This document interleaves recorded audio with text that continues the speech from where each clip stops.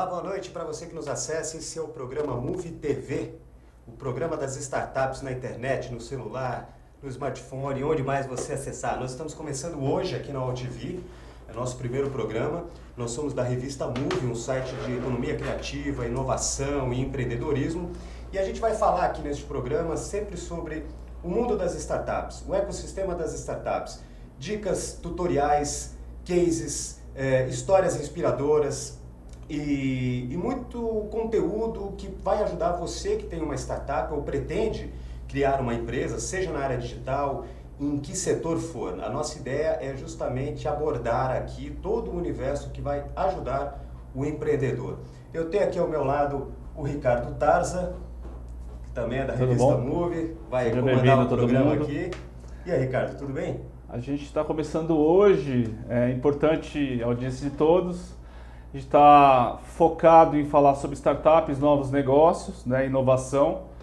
A gente tem um objetivo de trazer para vocês convidados, matérias, releases, aventuras, toda a parte que eu, como o Ricardo e o Clayton, estamos tendo uma experiência agora de lançar essa revista também, a Move, para o público final.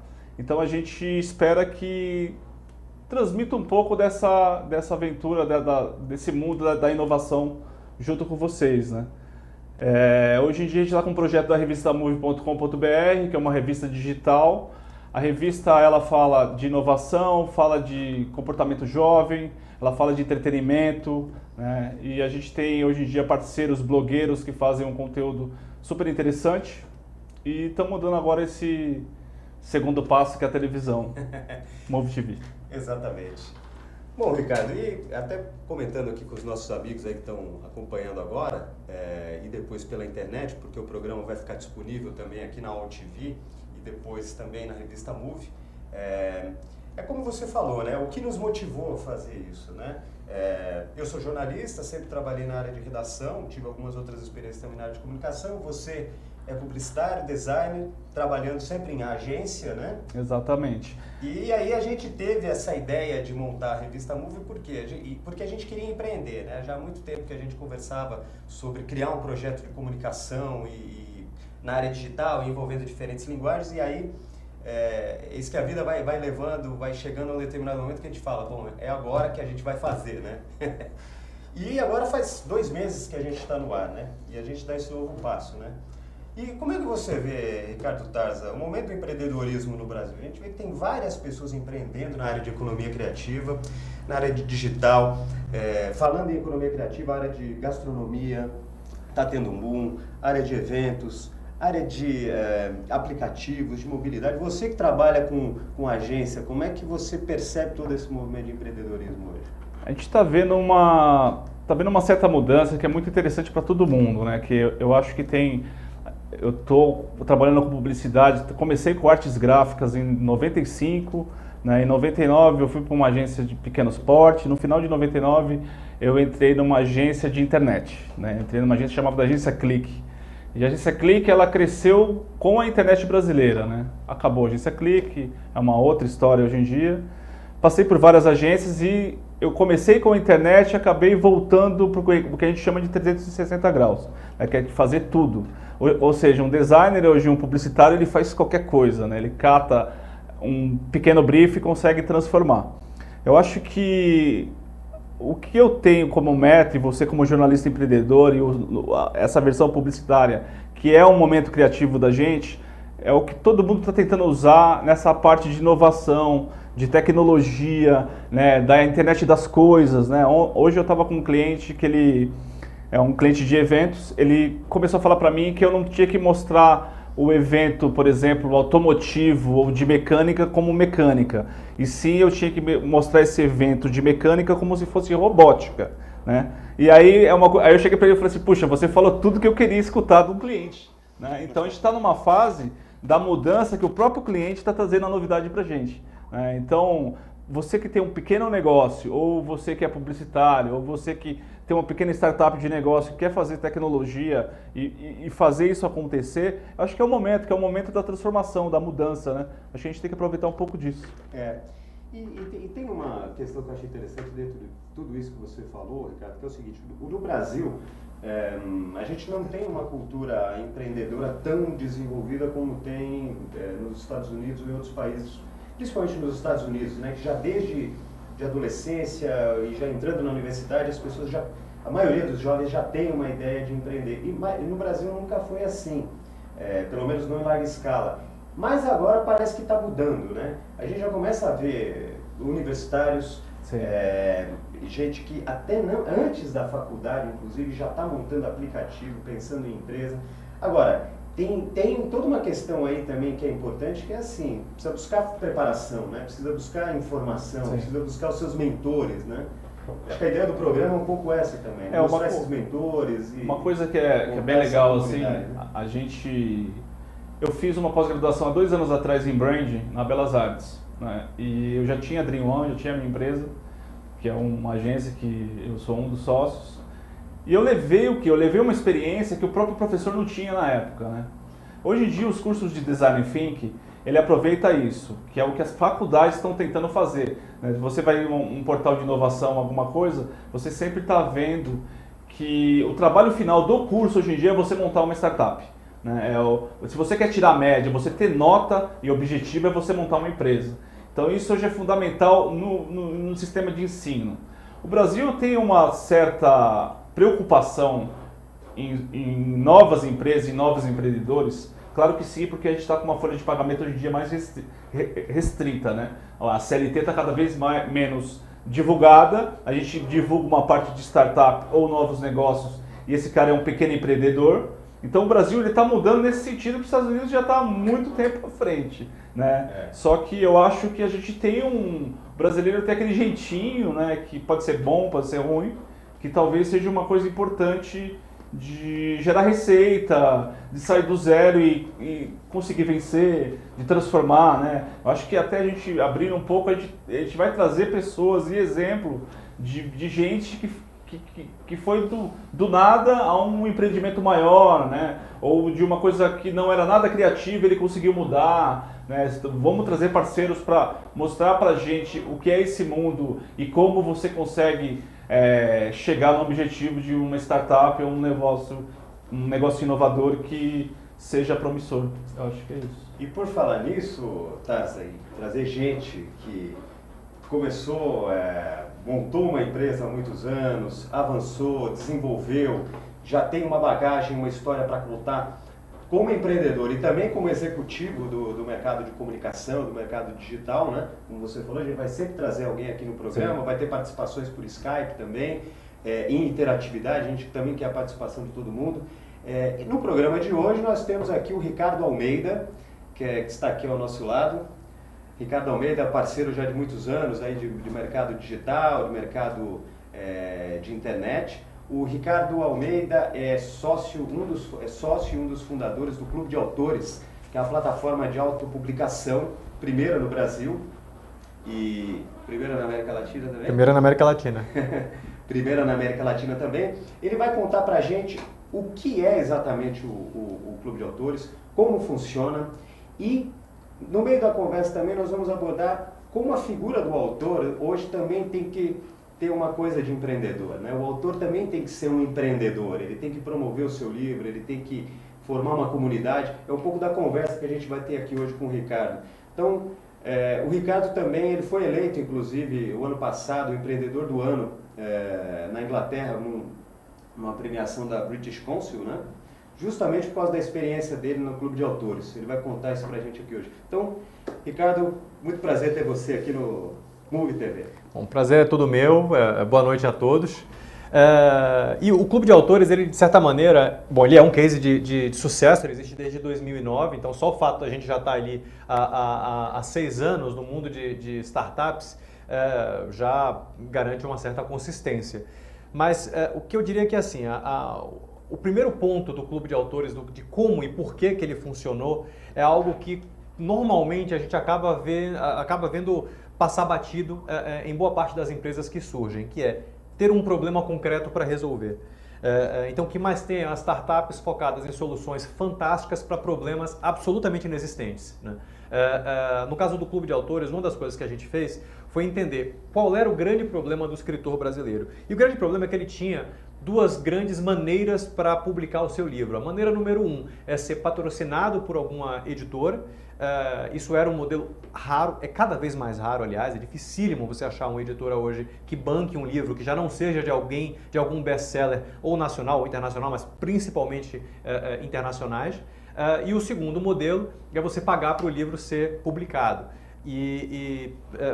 Enfim, é um modelo que hoje ele tem uma grossíssima fatia do mercado, mas não é todo escritor que tem lá 5, 10, 20 mil reais na mão para bancar toda uma edição e uma tiragem de seu livro. Isso não fazia muito sentido para a gente. Nós, os sócios do Clube de Autores, todos somos autores, todos temos livros para publicar, ou tínhamos livros para publicar que a gente não estava conseguindo dar vazão a eles, e nós vimos do mercado de internet, não do mercado editorial.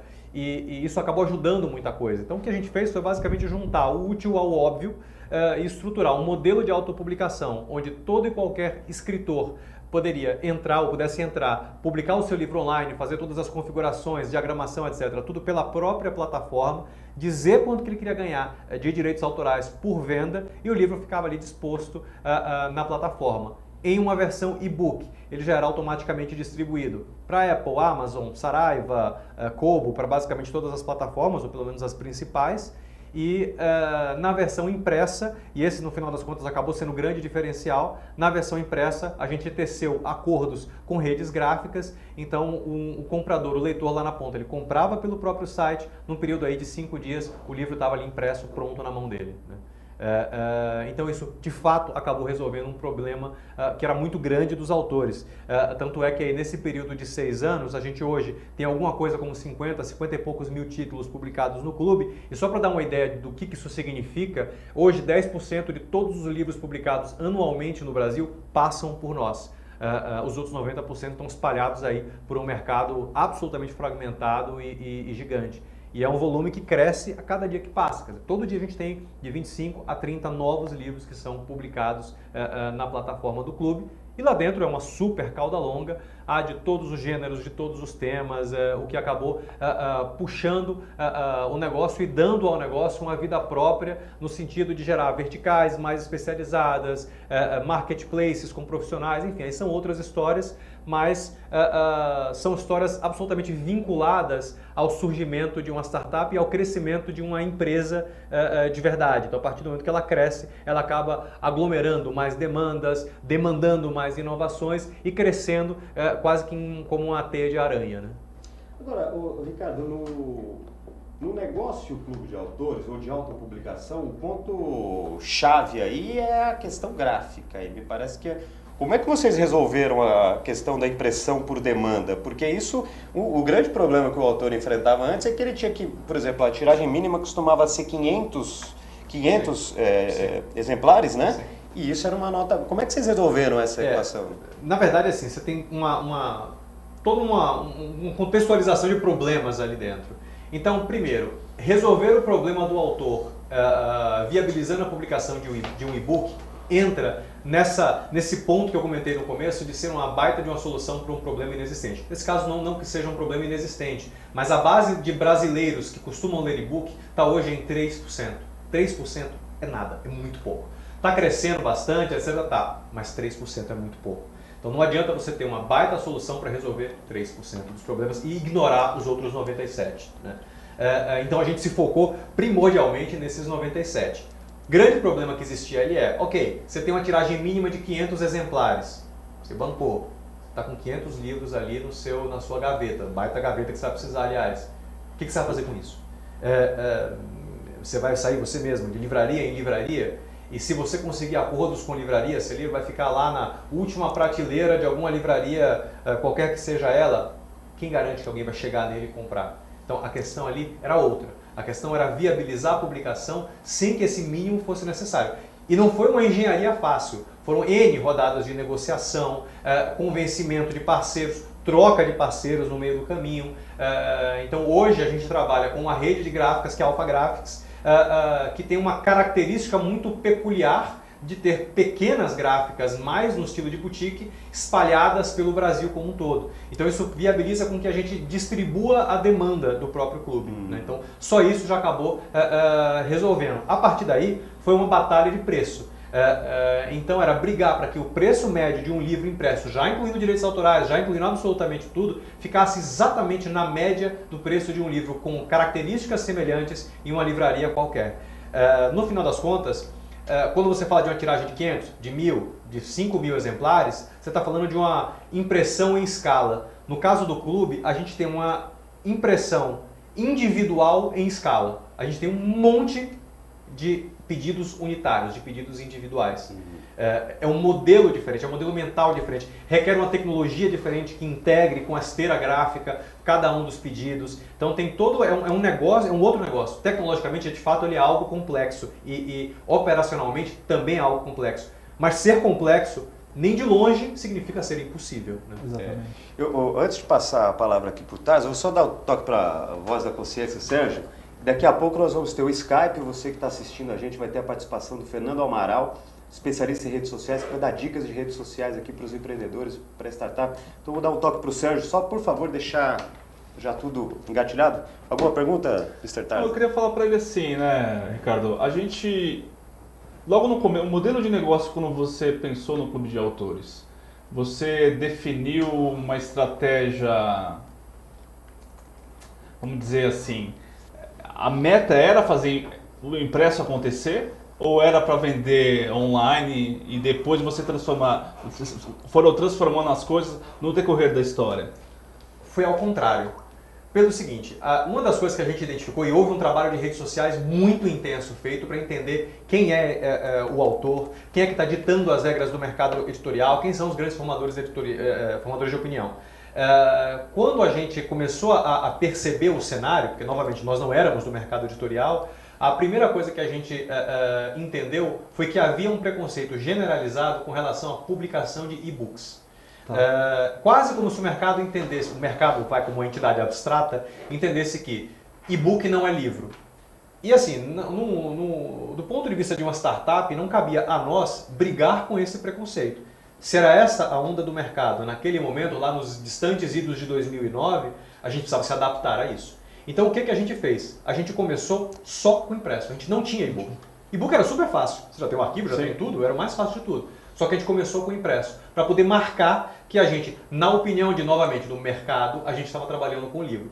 Só depois que impresso chegou num volume já significativo é que a gente ligou o e-book como modalidade complementar. Né? Só por curiosidade, você falou que era uma tecnologia super moderna, assim. Eu tenho 10 demandas hoje. As 10 demandas vão para o mesmo pátio gráfico e ele é impresso nas mesmas disposições. Como é que é essa saída assim, que a Alfa faz com vocês? Bom, na verdade, eles não vão para o mesmo. Há uma distribuição com base em uma série de critérios.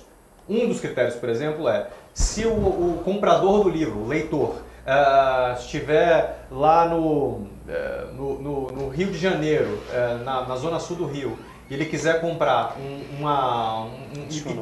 retirar diretamente na gráfica, há uma gráfica que fica lá no Botafogo. Então ele pode ir lá e retirar, não precisa nem pagar o frete e nem esperar os 2 dias de entrega dos Correios. Então isso o próprio comprador escolhe qual é a gráfica que ele quer. Se ele quiser receber na casa dele, aí tem Correios, aí há uma distribuição com base em uma série de outros critérios, como localização, a gente privilegia a mais próxima, como a vertical. Então tem um modelo do clube de autores que é só para livros infantis. Esse prioritariamente eu gero para uma gráfica. Eu tenho um que é só para TCCs. Esse eu gero para outra gráfica e assim por diante. Tem toda uma distribuição aí que é alocada e que faz parte dessa engenharia.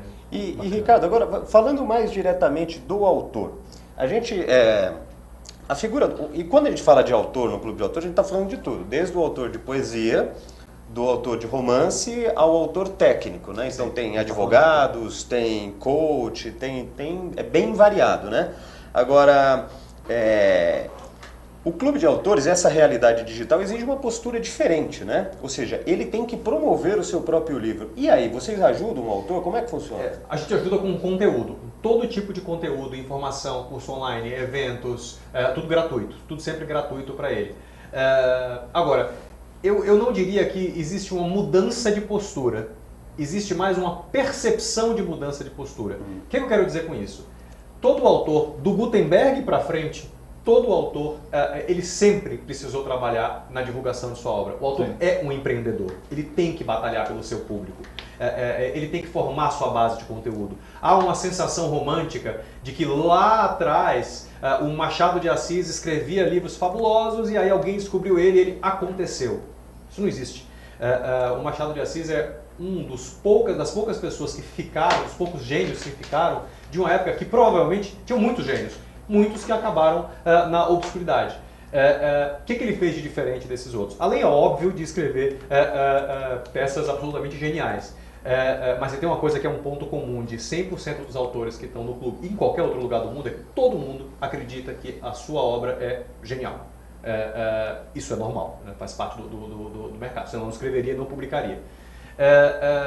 Mas o que fez a diferença foi que ele batalhou seu público, ele era jornalista, ele tinha coluna em jornal, ele corria atrás da sua própria audiência. Ou melhor, ele foi o seu próprio empresário.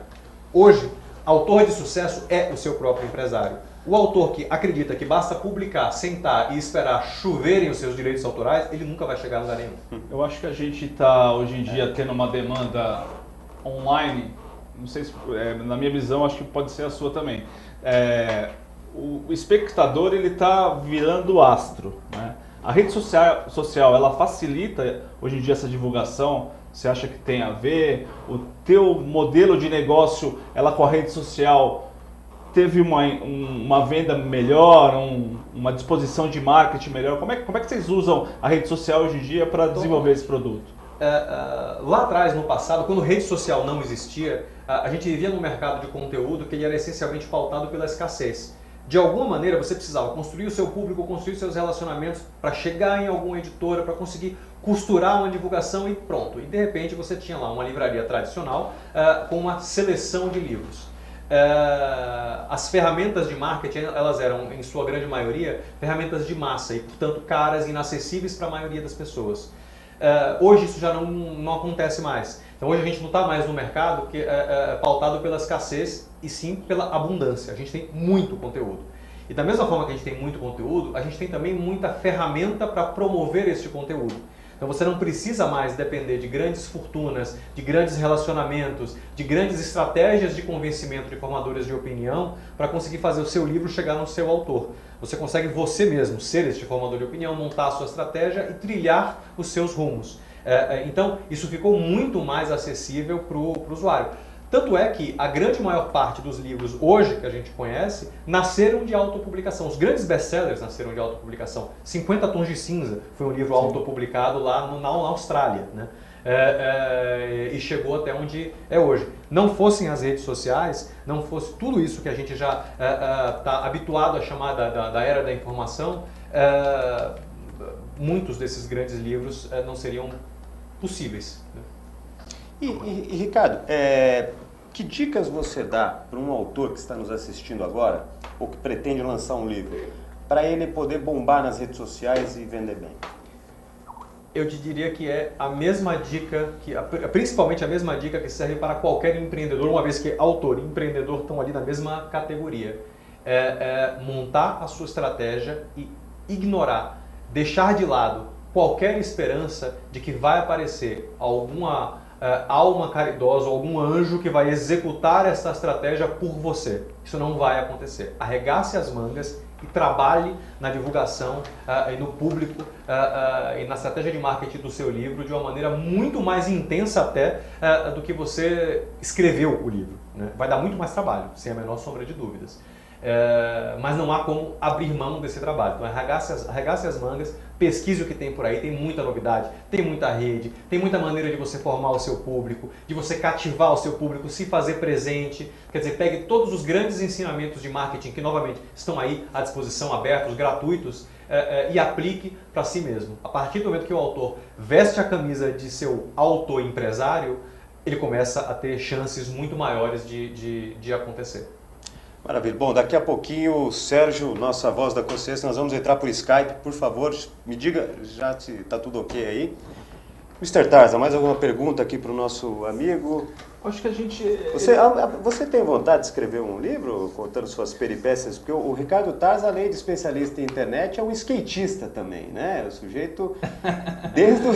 A gente tenta andar ainda, né? Como falava já Cláudio Melk, quem anda agora é meu sobrinho, é o filho dele. Cláudio Melk, que é irmão aqui do Ricardo Tarza, e o Cláudio Melk foi campeão brasileiro de skate em 1900 e bola, como fala meu pai, né? Ricardo, o Melk que tá vendo aí, vai ver depois, também constituiu carreira aí na área de comunicação, jornalista também. E um detalhe, né? A gente é empreendedor, sócio aqui, e a gente se conhece desde moleque também, porque a gente é vizinho de bairro, né? É uma coisa assim, o Ricardo falou uma coisa que é de refletir, né? A gente está num cenário hoje em dia que em 2009, em 99, há 20, 15 anos atrás, quando a gente começou a trabalhar com publicidade, a gente não tinha uma rede social. A gente tinha um mural, né? Que a gente chamava de mural. Tinha o UOL, tinha o BOL, tinha Star Media, tinha N portais, né? O Yahoo, estava aparecendo aquela história do IG, e todos eles tinham um mural, né? Antes do chat tinha um mural, você ficava escrevendo ali no mural e vinha um cara, colocava ali embaixo e virava aquela salada de 100 pessoas. E aí depois virou um chat, né? Aí depois do chat virou uma rede social. A rede social hoje em dia eu acho que faz a gente se mexer e criar valor, né? Eu acho que é o que ele falou do autor que não fica sentado na mesa, é o empresário que não fica sentado na mesa, é o skatista que não fica sentado na mesa, né? Hoje eu estava conversando com uma grande marca brasileira de skate, né? Entre elas, todas que mundialmente até conhecida, que teve festival que a gente levou lá para fora, que era Lifestyle. E o Mauro é um grande empreendedor que não conseguiu pegar o circuito da internet e o circuito hoje em dia que a gente usa no mercado de skate, né? Mostrei uma marca que hoje em dia consegue fazer muito bem a rede social, que é a Choke. A Choke é patrocinadora da gente na revista Move. O conceito é sensacional, é comportamento jovem, é uma coisa de storytelling completamente feita e laçada para esse sentido underground. E são coisas que hoje em dia você vai colocando e aprendendo a mexer, né? N ferramentas, igual falou o Ricardo agora pra gente aqui. Eu acho que toda essa munição que a gente tem na mão é muito difícil não fazer uma coisa que vai dar certo, sabe? Eu acho que a gente tem que tentar, tem que arregaçar a manga, né? E colocar a cabeça para funcionar. Eu acho que o sentido é esse do empreendedorismo hoje em dia. E por falar em botar a cabeça para funcionar, eu pergunto de novo para a nossa voz da consciência se podemos chamar o Skype, a gente já está pronto aqui. Enquanto isso, a gente tem um momento aqui que a gente vai dar algumas dicas para os empreendedores, né? Ou de leitura, ou de filme, cada um aqui pensou alguma coisa, e se não tiver pensado, vai pensar agora. Eu vou jogar na fogueira, já combinamos. A minha dica é a seguinte, temos esse livro aqui, ó, Como Chegamos Até Aqui, do Steven Johnson, foi lançado recentemente no Brasil. O Steven Johnson é um dos principais escritores hoje Então aqui a nossa voz da consciência, vamos ver. Opa, peraí. Bom, decifra aqui e depois você me fala. Tem a nossa colinha aqui, né? O Steven Johnson é um dos principais autores de ciências hoje. Ele já escreveu A Cultura da Interface, A Invenção do Ar, que conta como a ciência descobriu o ar, o oxigênio, como todo esse conhecimento científico se desenvolveu. E aqui no Como Estamos Até Aqui, que foi lançado recentemente no Brasil, ele conta a história da inovação. Então ele conta, por exemplo, como a invenção da prensa por Gutenberg desencadeou todo um efeito de inovação na sociedade que culminou, por exemplo, no surgimento da indústria dos óculos. Por quê? Porque os monges, que eram os poucos que podiam escrever, que sabiam escrever naquele momento, sabiam ler, com a prensa de Gutenberg, né, enfim, não era só no manuscrito mais, no papiro, percebeu-se que eles tinham problema de visão. Então, a partir daí, começaram a descobrir como transformar o vidro, ou descobriram que através de vidro, de lente, aquilo podia melhorar a visão. Ou seja, então esse livro conta como as principais invenções da humanidade, desde do vidro, que ele conta a história da invenção do vidro, depois a prensa de Gutenberg, também o tempo, como surgiu o conceito de tempo, o relógio, como isso teve a ver com a Revolução Industrial e aí depois até chegar na eletricidade. Também está aí uma dica para vocês, está aqui, como chegamos até aqui. Ricardo, tem alguma dica? Eu tenho dica de 2 livros, na verdade. Bom, a maior parte dos livros que eu, pelo menos, gosto de ler são livros que falam de história.